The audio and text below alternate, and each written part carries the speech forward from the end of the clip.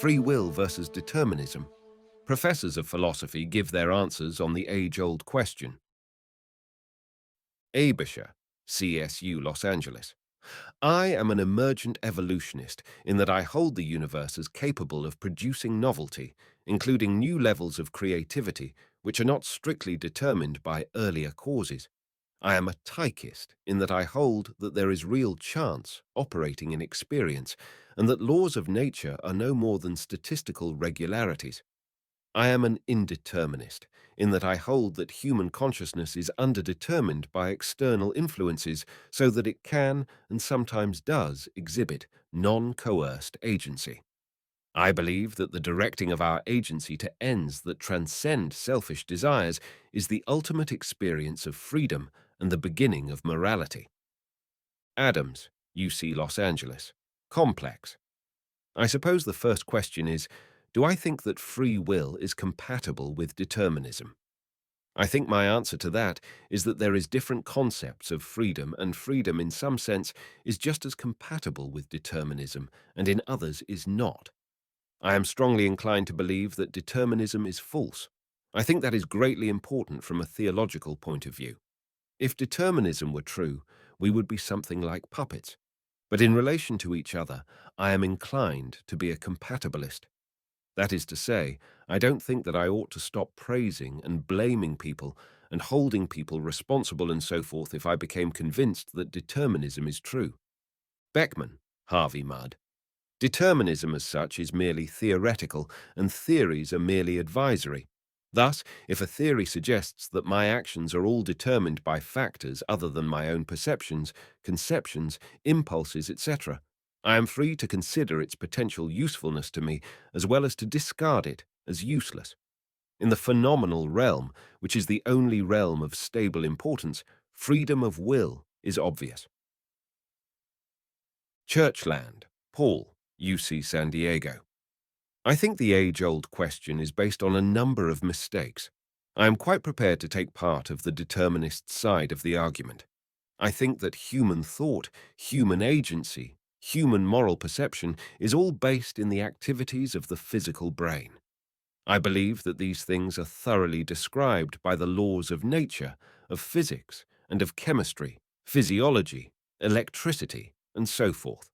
So I accept the physicalist view of nature that determines us typically. I accept this because I believe that's where the evidence points. On the other hand, I think that notions like moral responsibility are perfectly genuine and legitimate notions, and I think that we can still draw perfectly hearty distinctions between people who are morally good and people who are morally bad, between people who deserve to be punished and people who do not deserve to be punished, between the wicked people and between good people. And I think we can still find perfectly good reasons for punishing people who are cruel to their fellow men and for rewarding those who are kind. I'm quite prepared to hold people responsible for what they do, but I think that understanding how the brain works, understanding how character develops, and understanding how brain chemistry will go wrong will allow us to have a more humane view of when we should punish people, whether we should punish people, and how we should punish people. I think the present system of prisons, for example, is appallingly cruel, and we use it only because we don't know anything better to do.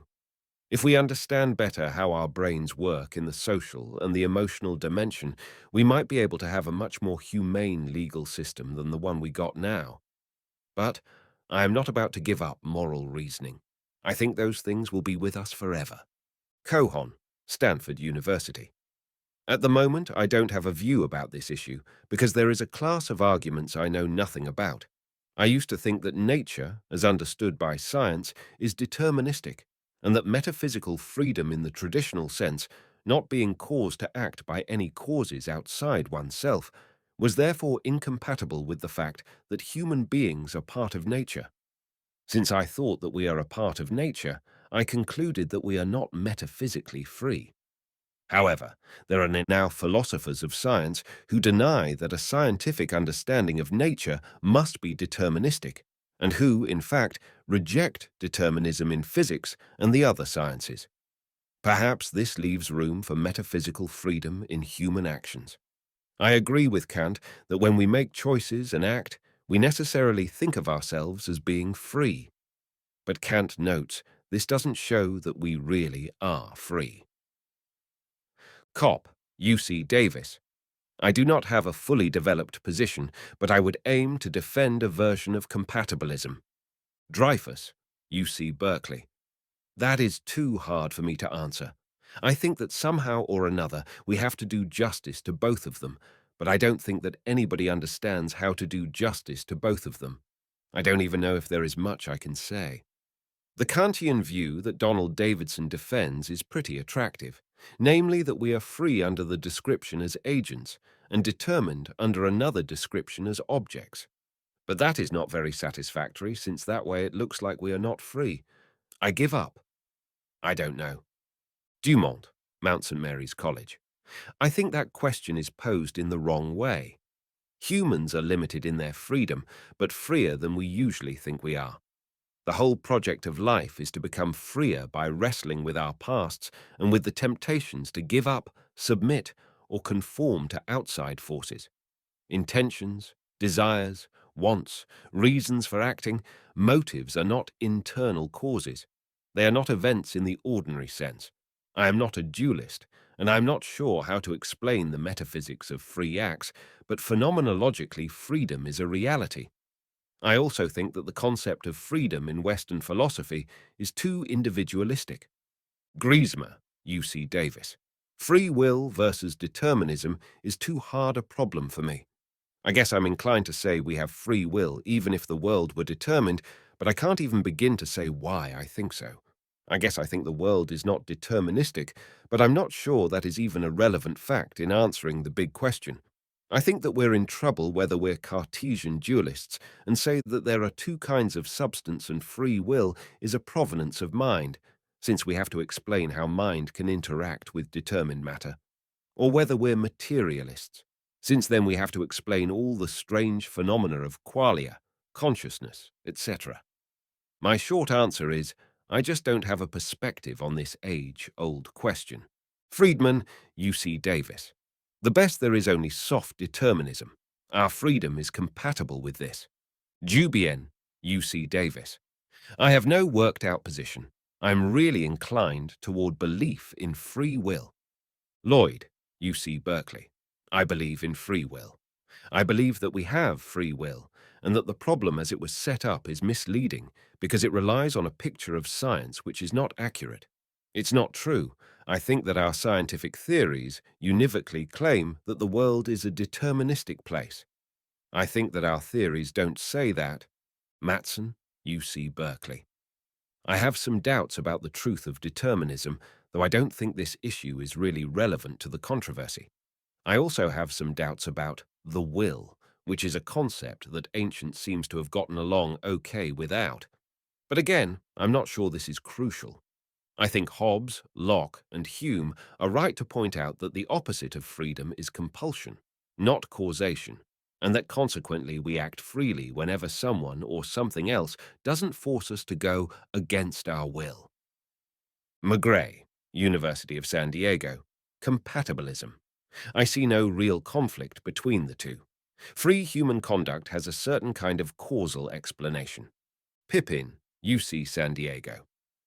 I am what is called a compatibilist. I believe it is possible to assert that both claims are true, and I am in sympathy with Hegel's way of explaining how. Ring, CSU Fullerton. Insofar as that is a philosophical question about the possibility of free will, for not all us have it all the time or in all actions we perform, I hold to the free will side of the ledger. But the arguments for that are long and involved. Shalinsky, UC San Diego. As a thoroughgoing materialist, I think that all facts are physical facts, and a physical theory will explain all and everything that needs to be explained. With respect to human psychology, only a neurophysiological theory can explain human behavior. This is not to say that our current neurophysiological theories adequately explain human behavior. It is only to say, rather, that a sufficiently advanced or completed neuroscience could do so. Applying this view to the free will determinism debate yields somewhat confusing results. On the one hand, commitment to thoroughgoing materialism seems to rule out adherence to such notions as will. On the other hand, it seems to entail commitment to some sort of causal determinism. My personal view is that it does not entail the latter, and that some sufficiently advanced chaos theory will adjudicate the debate one way or another. I will say, however, that materialism of the sort I advocate will probably not countenance such terms as free, reason, self, person, and so on, that typically appealed to in free will discussions. It might simply be the case, therefore, that this age-old question is relegated to the graveyard, alongside such other age-old questions as whether the seat of thought is the liver or whether the earth is flat. Supers, Stanford University. I am very much on the side of free will. I think that the modern world of physics shows that determinism is in general a transcendental question, that is, a question that transcends experience. Volheim, UC Davis. I am not convinced that there is an incompatibility between the two. It seems to be possible that free action, say, can be explained in terms of a certain kind of causation, that is, where the cause is a certain sort of desire belief. Of course, free will is a narrower notion than freedom because it introduces the will, which is for me a rather hard to explain notion, because desirable actions that are free are caused by desired beliefs. Woodruff, UC Irvine. I actually think that is a very complicated question. Here's what I tell my students what I think is right. I think we are machines. We may or may not be deterministic machines. That is, quantum effects and absolute probabilities may or may not have some role to play in the way we work. But if they do, that working has nothing to do with our freedom.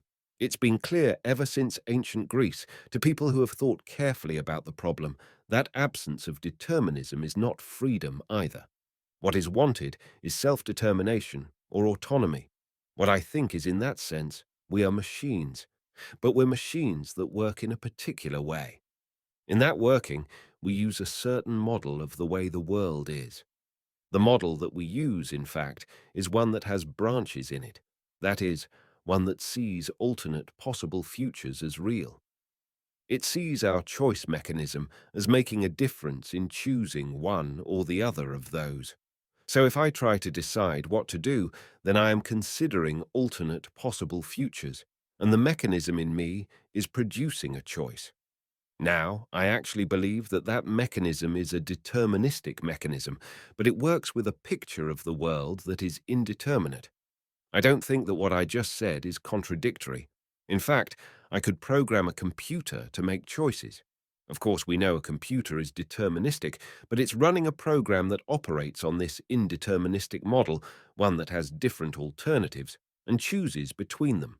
I think that if that's right, as long as we are acting in the way that we programmed by genetics or heredity, we have to use this indeterministic model. Determinedly free would be a good way to put it. I'm saying we are mechanisms, but our program uses a model of the world that would imply that freedom is real. That implies there are real alternatives.